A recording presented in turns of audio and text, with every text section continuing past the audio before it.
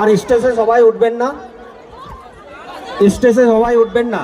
আর আপনারা যারা সামনে আছেন সবাই বসে পড়ুন, সবাই বসে পড়ুন। আমাদের প্রধান অতিথি আপনাদের কাছে অনেক কথা বলবেন, সামনে আপনাদের সঙ্গে শেয়ার করবেন। সব বসে পড়ুন, সামনে যেসব মা বোনেরা আছেন তার সামনে বসে পড়ুন।